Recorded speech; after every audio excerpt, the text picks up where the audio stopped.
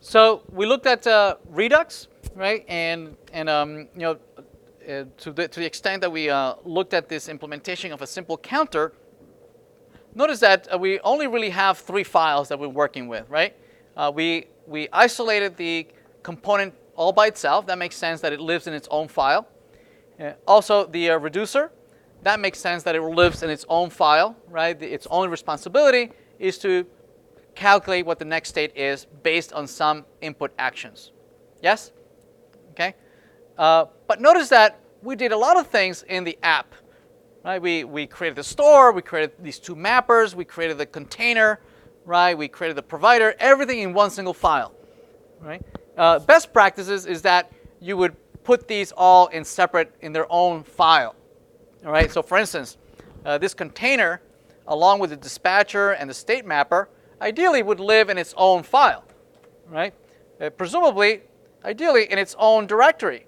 So where you would put all the containers would live under the containers directory, right? And that's what they do. They do the mapping. It's very clear what they do, right? They have mappers, they have connect, they load the component, and then they connect the 2 mappers to the component. That's all they do. So I would create here a file, presumably, called the counter container, right? And all this code for container, the dispatcher, the state property, blah, blah, blah, all that would live under there.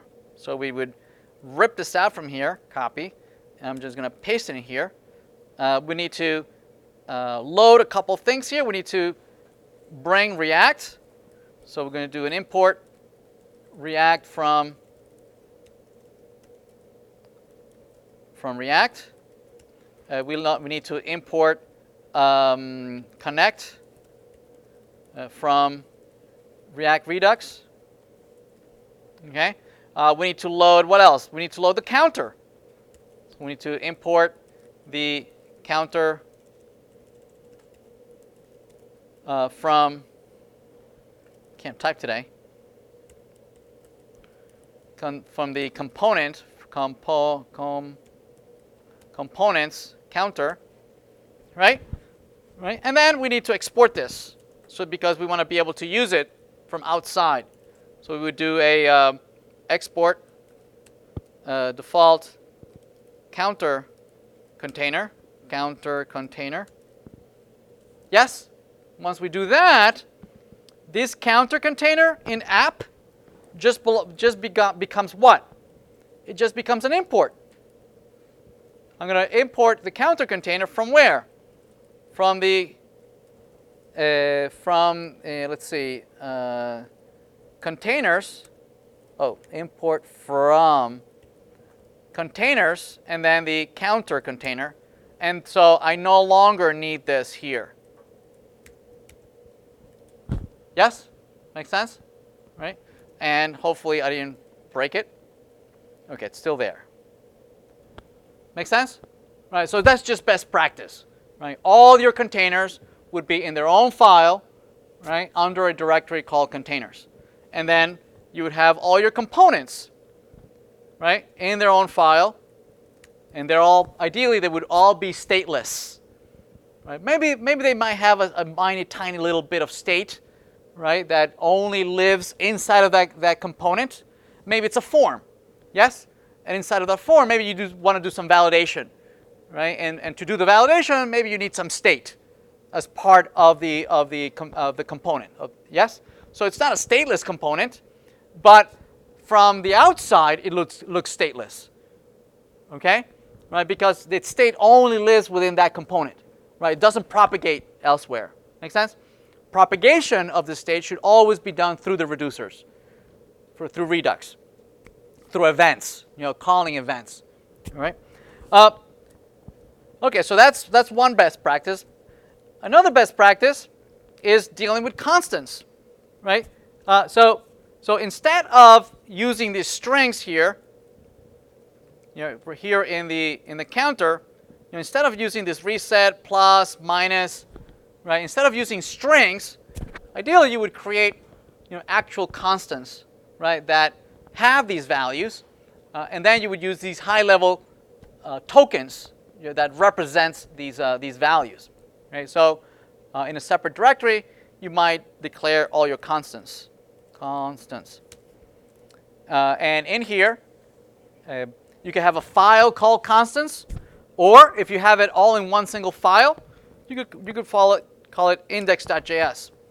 What that allows you to do is that you can import the entire directory, right, without saying index, and it'll understand that you mean the index file. Okay, it's just some name, so it's a convenient naming convention. So in our index, we can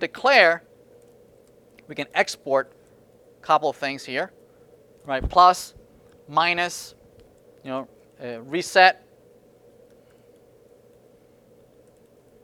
Okay.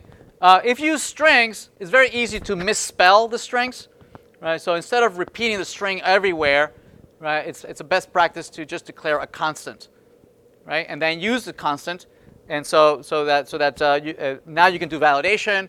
The compiler will fail if you mistype it. You'll be notified, right? You have now the IDE working towards you instead of you would find errors at compile time as opposed to runtime. That are much harder to debug. So once you have that, and you have exported all of these, now you can import all these constants. You can say, import all these. You can say, oops. You can import plus. You can import minus. You can import reset. From, and then go back up down to constants. Constants, that's it. Right? Notice that I didn't explicitly say index. I could say index, but if I don't say anything, because it's called index.js, it's understood. It's implied that that's the file that you want to load. Make sense? Right? Now I can better represent these as reset, right? And this will be validated against this. Now this is much better. Well, it's better represented as something that I can validate. So this is plus, right? Same thing. Let's see. I make sure I didn't break something. Yeah, still works. Same thing in where else? Let's see. In the container, I also have plus, minus, reset. See that? So I would use the same thing. Right, it would copy that, declare it here, right, and then replace all these here. Right, plus, minus, and reset.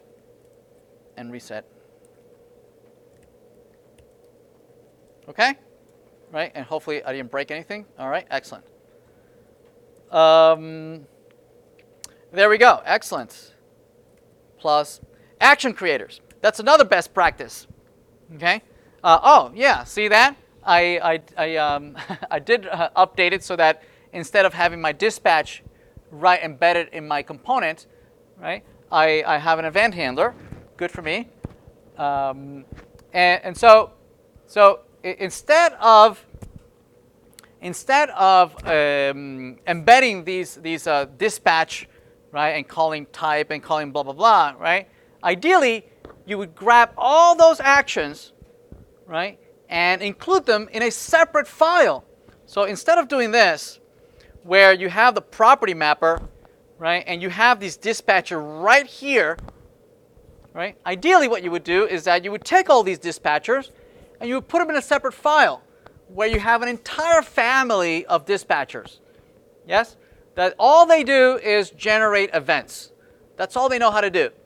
Right? You give them some input, yes, and they know how to generate an action, right? And that action might have all sorts of parameters and arguments that need to be passed down to the reducers, right? So all those actions, instead of just put them in here, right, you would create a separate directory called actions.